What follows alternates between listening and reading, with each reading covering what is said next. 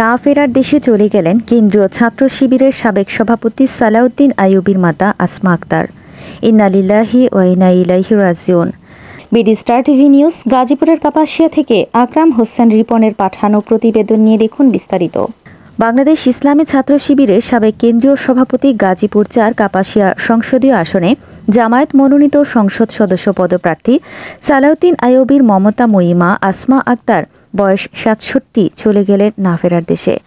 বুধবার বাদ আসর হাজার হাজার মানুষের অংশগ্রহণে কাপাসিয়া উপজেলার রায় ইউনিয়নের বেলাসী সরকারি প্রাথমিক বিদ্যালয় মাঠে জানাজার নামাজ শেষে পারিবারিক কবরস্থানে তাকে চিরনিদ্রায় শায়িত করা হয়।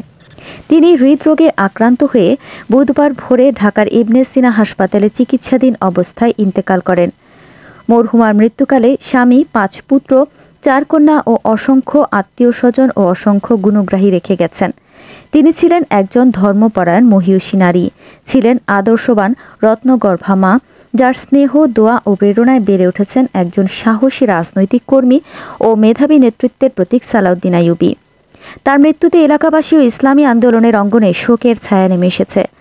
জানাজার নামাজে শরিক হয়ে মরহুমার রুহের মাগফিরাত কামনা করেন জামায়াতে ইসলামের সিনিয়র নায়েবে আমির, সাবেক এমপি অধ্যাপক মোহাম্মদ মুজিবুর রহমান, কেন্দ্রীয় নির্বাহী কমিটির সদস্য অধ্যক্ষ মোহাম্মদ ইজ্জতুল্লাহ, বাংলাদেশ ইসলামী ছাত্র শিবিরের সেক্রেটারি জেনারেল নুরুল ইসলাম সাদ্দাম, ইসলামী ছাত্র শিবিরের সাবেক সভাপতি ও শ্রমিক কল্যাণ ফেডারেশনের কেন্দ্রীয় সেক্রেটারি জেনারেল আতিকুর রহমান, গাজীপুর মহানগর জামায়াতে ইসলামের আমির অধ্যাপক মোহাম্মদ জামাল উদ্দিন, গাজীপুর জেলা জামায়াতের আমির ডক্টর জাহাঙ্গীর আলম, গাজীপুর জেলা বিএনপির যুগ্ম আহ্বায়ক ও কাপাসিয়া উপজেলা বিএনপি সভাপতি শাহ রিয়াজুল হান্নান রিয়াজ, গাজীপুর মহানগর জামায়াতের নায়েবে আমির খায়রুল হাসান, মহানগর সেক্রেটারি আসম ফারুক, মহানগর জামায়াতের নায়েবে আমির মোহাম্মদ হোসেন আলী, জেলা নায়েবে আমির আব্দুল হাকিম, জেলা জামায়াতের নায়েবে আমির মাওলানা শেফাউল হক, জেলা জামায়াতের সেক্রেটারি মোহাম্মদ শফিউদ্দিন, কাপাসিয়া উপজেলা বিএনপি সাধারণ সম্পাদক বীর মুক্তিযোদ্ধা আলহাজ খন্দকার আজিজুর রহমান পেরা, ইসলামী ছাত্র শিবিরের গাজীপুর মহানগর সভাপতি রেজাউল ইসলাম,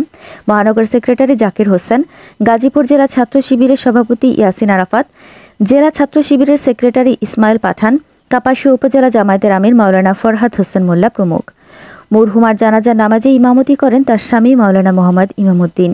এর আগে উপস্থিত মুসল্লিদের নিকট কৃতজ্ঞতা প্রকাশ ও দোয়া প্রার্থনা করেন তার জ্যেষ্ঠ পুত্র মহিউদ্দিন কাজী ও মেজ ছেলে ইসলামী ছাত্র শিবিরের কেন্দ্রীয় সাবেক সভাপতি সালাউদ্দিন আইয়ুবী। আসসালামু আলাইকুম ওয়া রাহমাতুল্লাহি ওয়া বারাকাতুহু। সম্মানিত কেন্দ্রীয় নায়েবে আমির অধ্যাপক মুজিবুর রহমান, অধ্যক্ষ ইজ্জতুল্লাহ, আজকের এই আয়োজনে অত্যন্ত আবেগ নিয়ে আমার মায়ের জন্য দোয়া চেয়েছেন জাতীয়তাবাদী দল বিএনপির কাপাসিয়া উপজেলার সম্মানিত সভাপতি গণমানুষের নেতা শাহ রিয়াজুল হান্নান। আমাদের মাঝে কথা বলেছেন সফল সাবেক চেয়ারম্যান খন্দকার আজিজুর রহমান পেরা, সম্মানিত জামাত এবং ইসলামী ছাত্র শিবিরের নেতৃবৃন্দ, ছাত্র শিবিরের কেন্দ্রীয় সেক্রেটারি জেনারেল নুরুল ইসলাম সাদ্দাম ভাই সহ সম্মানিত মুসলিয়ান কেরাম। আমি শুধু আমার মায়ের জন্য দোয়া চাইব।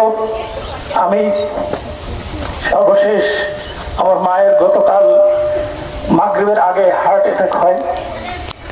হার্ট অ্যাটাকের আগ পর্যন্ত মা পুরোপুরি সুস্থ ছিলেন বলে কথা বলেছেন ফোনে একাধিক ব্যক্তির সাথে।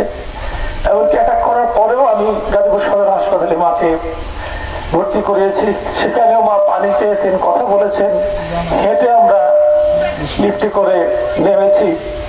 এত সুস্থ মানুষ আমাদের ছেড়ে চলে যাবেন, এটা মনের দিক থেকে মেনে নিতে কষ্ট হয়। তখনই কষ্ট দূর হবে যদি আমার মাকে কি আমি জান্নাতে দেখতে পাই। ভিতরে আগুনে থাকবেন, আপনারা সবাই এইটুকু দোয়া করবেন আমার মায়ের সাথে যেন আমার জান্নাতে দেখা হয়। আল্লাহ তাআলা আমার মাকে কবুল করুন। আমিন।